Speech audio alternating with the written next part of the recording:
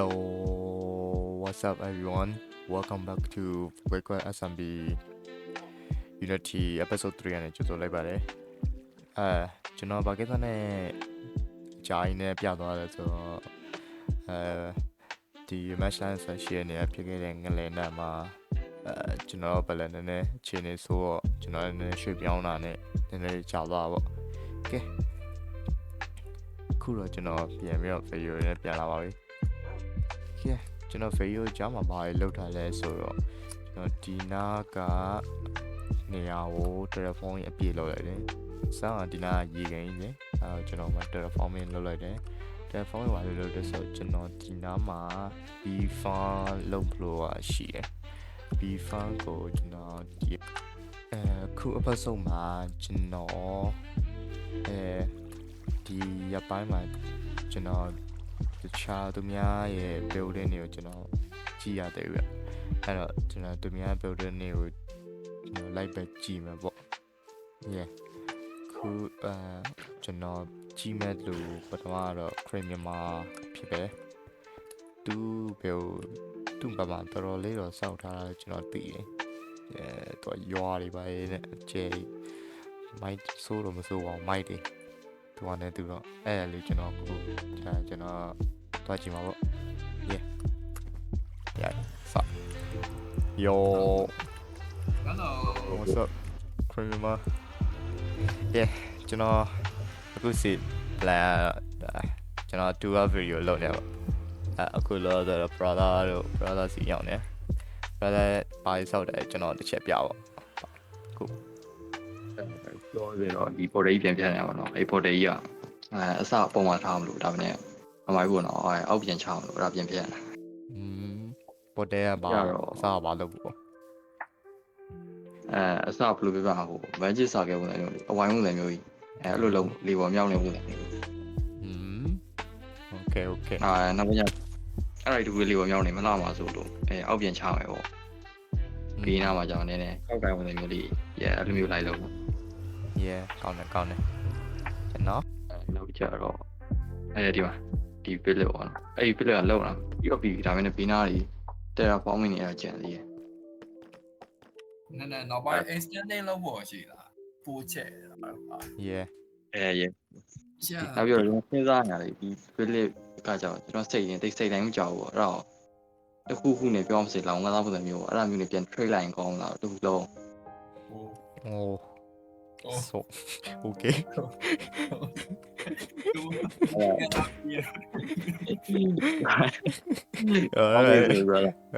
okay အပေါ်အောင်နင်းတော့ပါပါyeah နင်းတော့ပါပါဥပစာလေးတနာ strong လေးပါလာရင်သူကကြတော့မိုးရွပြင်းမှာကြောက်ရပါတော့မိုးရွပြင်းရင်သူကတနေရာမီးလောက်ရင်တော်တော်များများပြန်ပြီးတော့မီးကူပါနိုင်အဲ့ဒါကြောင့်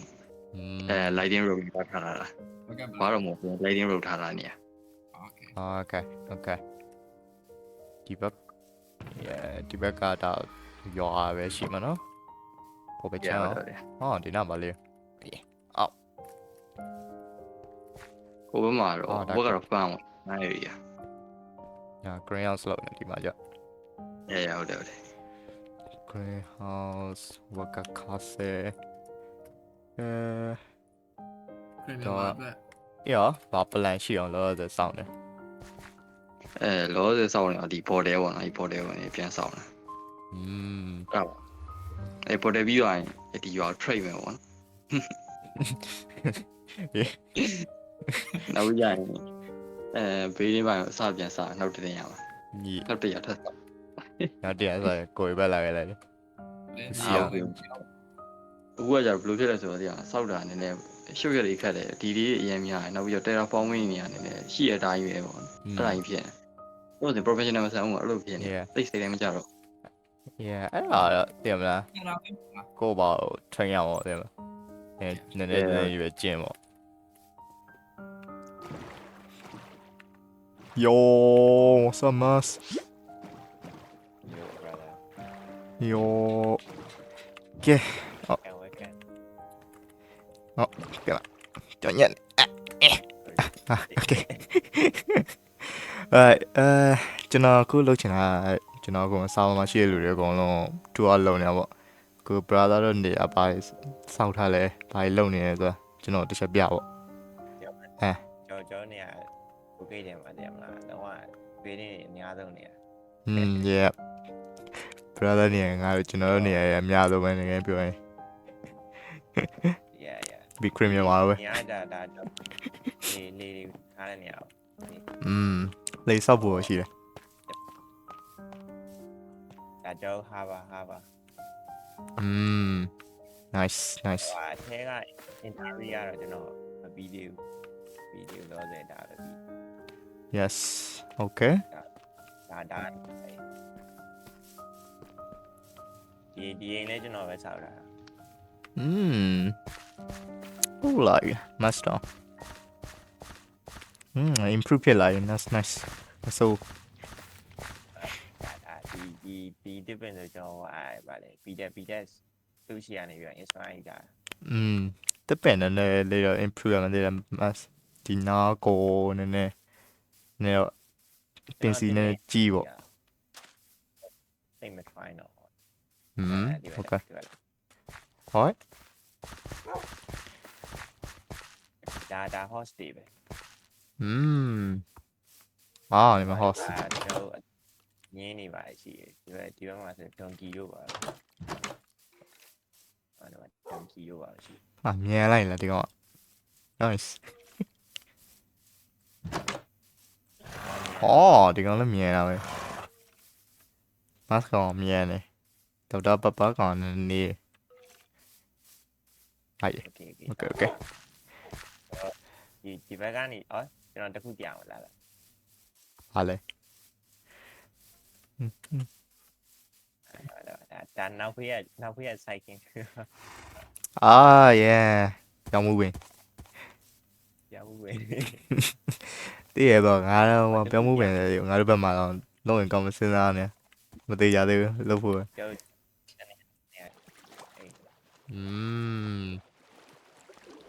တူကတော့စောက်တုံးရှိတယ် yeah jungle vibe ပေါ့ nice ဒါ two stroke ရော nice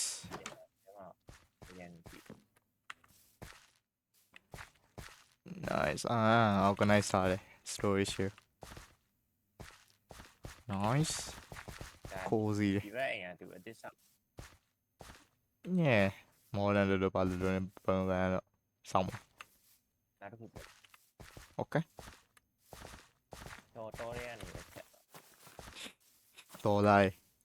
ရဲဖြစ်ချင် တော်တာငယ်စမ်း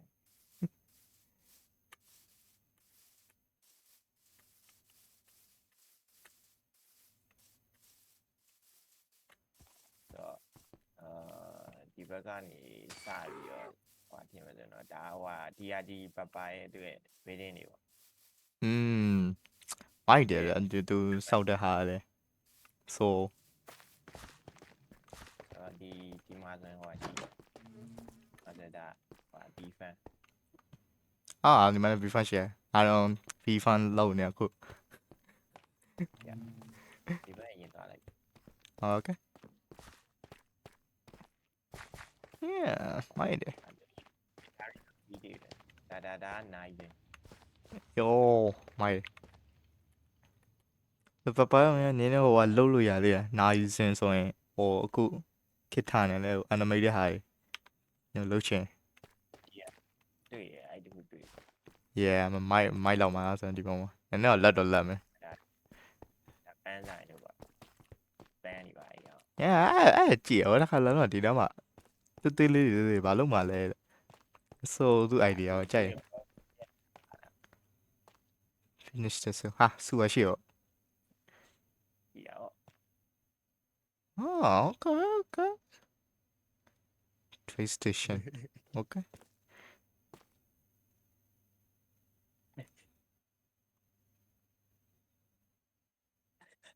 anyway okay alright ဒီဘက်မှာဒါစိတ်ကန်း yeah နေပါ အဲ့လေတခြားဟိုလောက်တာသဘောကျရမဆိုဒီဘက်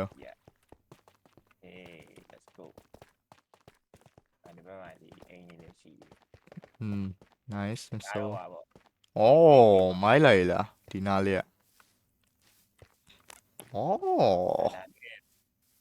အဆုံးစတေတာ အဲ့ဒါဟိုအားတယောက်ကမ္ဘောဒီးယားတယောက်မှာလား မဟုတ်ဒါဟို အော်ပါပဲ တရားကြီး တရားကြီးပတ်ပါပဲ ချုပ်တာ yeah okay interior နဲ့ so မိုက်တယ်နှစ်ထပ်ကတဲ့တခိုးနဲ့ nice တော့ကြာမိုက်တယ် နာမိုးလင်းအောင်လုပ်တယ်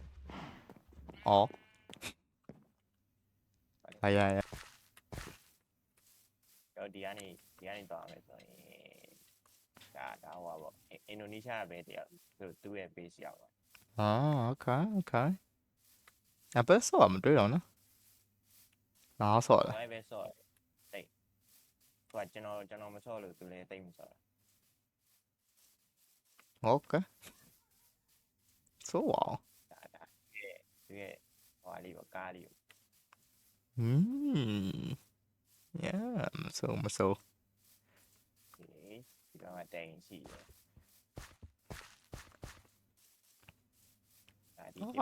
ဒါလေးမိုက်တာပဲ ဒီပင်တော့ yeah တစ်ပင်လာမိုက်တယ်တစ်ပင်ကြိုက်တယ် ဒါသူရဲ့ပမာဆုံးရင်ဆိုဒါခွေးလေးရှိ ခွေးလေးနဲ့ နောက်ဖက်လေးလေးရှိ လေးနဲ့ကြပြဆန်သူက ဒီဒါဟိုဒီတိုင်းကြီး ဒီတိုင်းကြီးဒီတောင်းကိုစိုင်းနေထဲအောင်သဘောကျတယ်သူ ဒီလေးကြာ yeah ဒီလေးကြာတာနဲ့ဆောင်းဝိုင်းမုံကိုလှုပ်ထားတယ်မိုက်တယ်အဲ့တော့သဘောကျတယ်ဒါတော့နည်းနည်းပြင်ရမှာတဲ့သူ play အဲ့လိုကျွန်တော်တော့ဆုံးပြေ ဒါနောက်ထပ်တနေအောင်ဒါသူရဲ့နောက်ထပ်တိုင် so hot ဒီစီကြတယ် စီတန် nice ဒါဟိုစီတုံလုံးနဲ့ဟာဆိုင်လို့ပေါ့ ဒါတော့သူနောက်ထပ်ဆောက်ဖို့ပါလား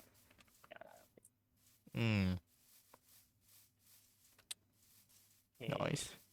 စီပါတော့ okay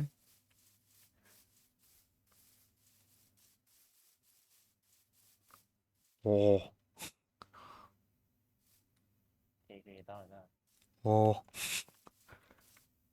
ဟာကြီးလိုက်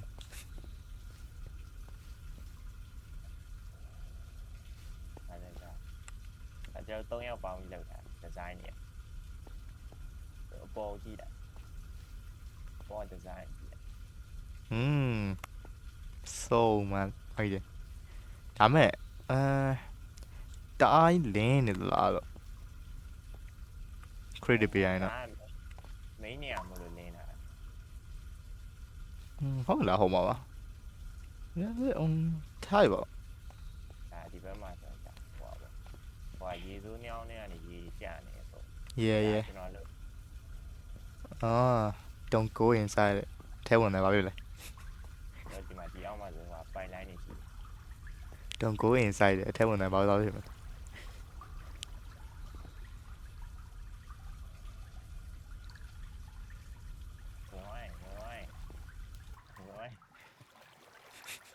ဘာလဲရောက်ပါလဲ ပဲ ကျွိုင်းလိုက် ဟာဟုတ်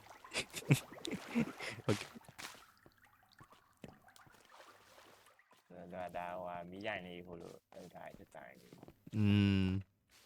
တူပဲ ဒါလည်းတူတူပါပဲဟာ တော့ဒီကနေတော့ဘယ်ရောက်လဲဆိုရင်လေးလာ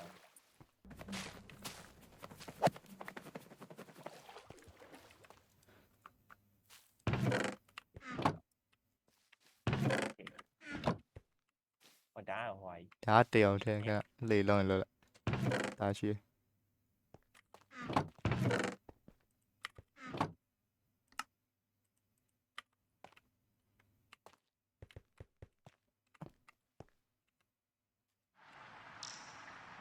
ကဲကို ဒီကတဲ့ထောင်းပါ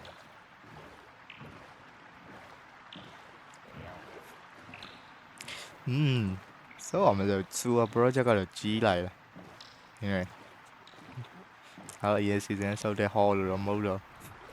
အဲ့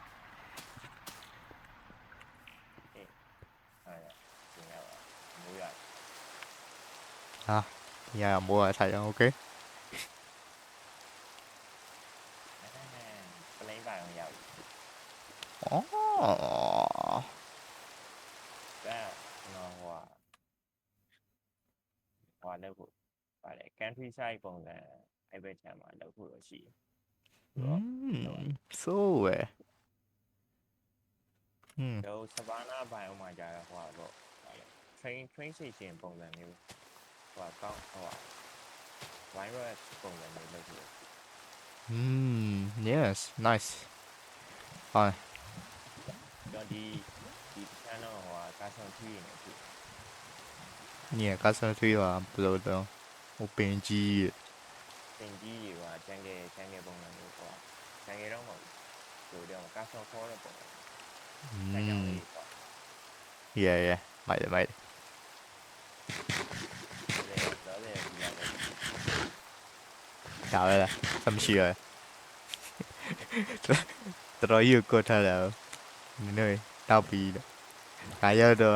ပေါ့မတ်နိုင်ဆွဲဟိုစတာတာအိတ်လေးပဲရှိတာ အခုကျွန်တော်ဒီ Siva project မှာနည်းနည်းဟောလုပ်အဲ့ဒီဆက်ထားဖို့ရစီတယ် yeah ကောင်းပါချာချာ ဟောနည်းနည်းလူထက်ခေါ်တာလေလေးတွေပါဆိုလည်းလာမယ်လို့ပြောတာဒါပေမဲ့ကျွန်တော် project တွေကဒီနာအိမ်တွေကတန်းဆောင်များအောင်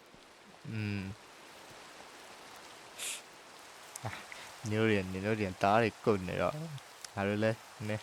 ကိုရတော့မှာပေါ့ really ဝိုင်းစားလိုက်တယ်ဒါဟာဒီစားလိုက် စောင့်သေးရဲ့စဉ်းစားနေစောင့်တယ်မစောင့်တဲ့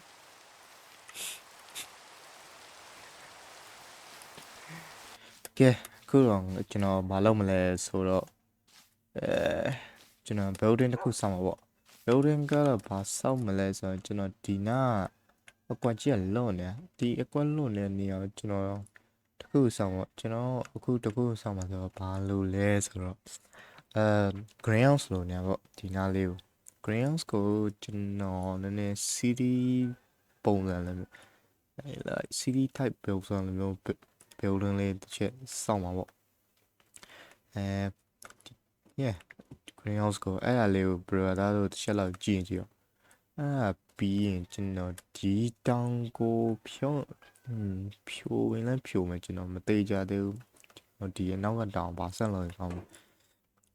ပြီးရင်ကျွန်တော်ဒီနားနေဒီနားကိုလမ်းလေးနည်းနည်းတော်ရမယ်ကျွန်တော်လမ်းလေးဆက်ရမယ်ကြည်ကောင်းလို့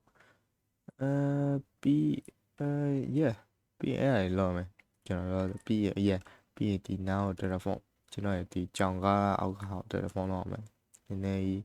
မလာနေဘူးပေါ့ဒီနားလေးကအဲ့ဒါလေးကို telephone လောက်ရမယ်ပြီးရင်ဒီနားကိုပြီးကျွန်တော်တစ်ပင်ကြီးတစ်ခုပါထည့် yeah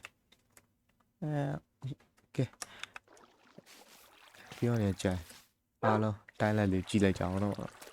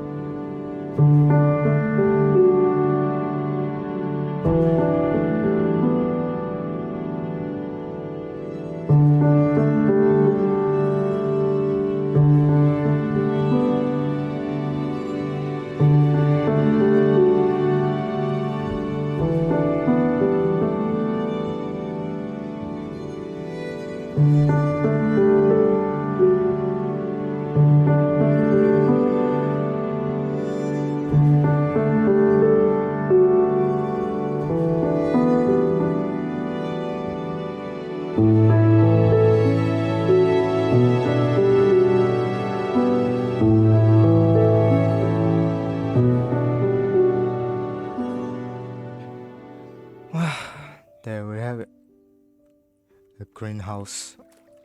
yeah ကျွန်တော်ဒါ3ရက်လောက်တော့ကျွန်တော်စောက်လဲရတယ်ဒီဟာလေးကိုလုပ်ဖို့yeah နည်းနည်းတော့ချိန်ပေးလိုက်ရတာပေါ့ဒါလေးကတော့စောက်ကတော့မစိုးပါကျွန်တော်သဘောတော့ကြားပြီတကူလေးမကြရင်တော့ဒီနားလေးကိုချက်လဲနေပြင်အောင်ပြင်ရလို့ကျန်တာလိုရင်တော့ရတယ်အဲ့တော့ကျွန်တော်နောက်မှပဲပြင်တော့ပါမယ်ဒါပေမဲ့ကျွန်တော်လောက်ထားပါကျွန်တော် page တော်တော်များများလေးတော့လောက်တာပြီးတော့ဒီတော့တက်ပင်မှာစောင့်မယ်ဆိုပြီးတော့ကျွန်တော်စလုပ်သေးတယ်ကျွန်တော်ဒါပေမဲ့တက်ပင်ရတော့ကျွန်တော်တိတ်ပြီးမစောင့်နိုင်တော့တက်ပင်ယူဒါပေမဲ့နောက်ပတ်စုံမှာစောင့်လဲမတက်ပင်တော့ခုလောဆိုတော့ကျွန်တော်ဒါလေးပဲစောင့်တာအပြင်အထဲတော့ကြည့်အောင်နော်ပြီးရတော့ကျွန်တော်ဒါပါပဲရမ်းရောထွန်းဒီနားကိုလည်းနည်းနည်းလေးဘာမှထည့်စရာမရှိကျွန်တော်ဒီလိုမျိုးလေးပဲထောက်လိုက်ထည့်လိုက်တယ်ပြီးရင်ဒီဘက်မှာဒါလေးတွေကဲ interior ဒီကတော့ကျွန်တော်တင်ညာလေးနဲ့ကုတ်လိုက်တာပေါ့ဆိုးအောင်လောက်ထားတော့ vine နေဒီ vine နေကျွန်တော်လည်းထပ်ပြီးတော့ string နေနဲ့တော့အောင်မှထပ်ပြီးမရှိအောင်လို့ပြီးရင်ဒီဘက်ကဒါလေးရ storage ပေါ့ bio ပုံစံနဲ့ storage လေးရှိမယ်ဒီဘက်က mushroom တို့လည်းဟာတော့ကျွန်တော်ပစ္စည်းပဲထည့်တယ်ကပန်းပင်နေပန်းပင်နေ cactus တွေ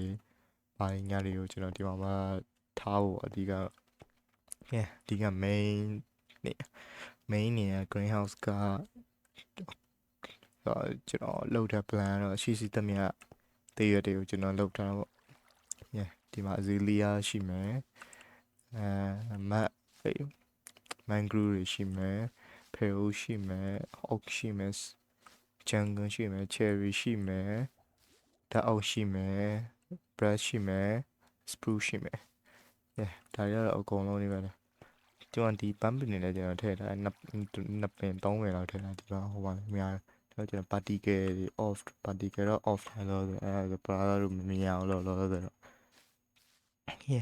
ကဲပြင် moving အောင်ဒီဘက်ကကျွန်တော်ဘာမှမလုပ်ရတယ်ဘာဖြစ်လဲဆိုတော့ကျွန်တော် B file ထည့်မလို့ပေါ့ B file ကြီးစားထည့်ချင်တော့ပေါ့အဲ့အတွက်ကျွန်တော်ဘာမှမထည့်ရသေးဘူးဒီဘက်မှာတော့ဒါတော့နောက်ဥပဆုံးမှာကျွန်တော်လုပ်ဖို့တော့ရှိအဲ့တော့အဲ့လိုပါပဲ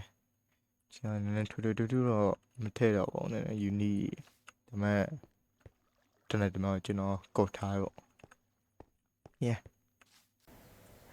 အဆောရင်ကျွန်တော်ဗီဒီယိုလေးကိုဒီမှာပဲနားလိုက်တော့မယ်ကျွန်တော်အခုအပတ်ဆုံးမှာကျွန်တော်တကယ်ချင်းနေရောက်ရဲ့page လေးကိုတူအောင်လုပ်ခဲ့တယ်ပြီးရင်အနောက်ကအိမ်ကိုလည်းစောက်ခဲ့တယ်ကဲနောက်ထပ်ဗီဒီယိုလေးကြည့်ရင်တော့ကျွန်တော်ရဲ့ channel ကို like and subscribe လေးနဲ့အားပေးကြပါအောင်နော်ကဲပြောနေကြကဲmaybe episode နောက်မှာတွေ့ရမယ်အားလုံးပဲ bye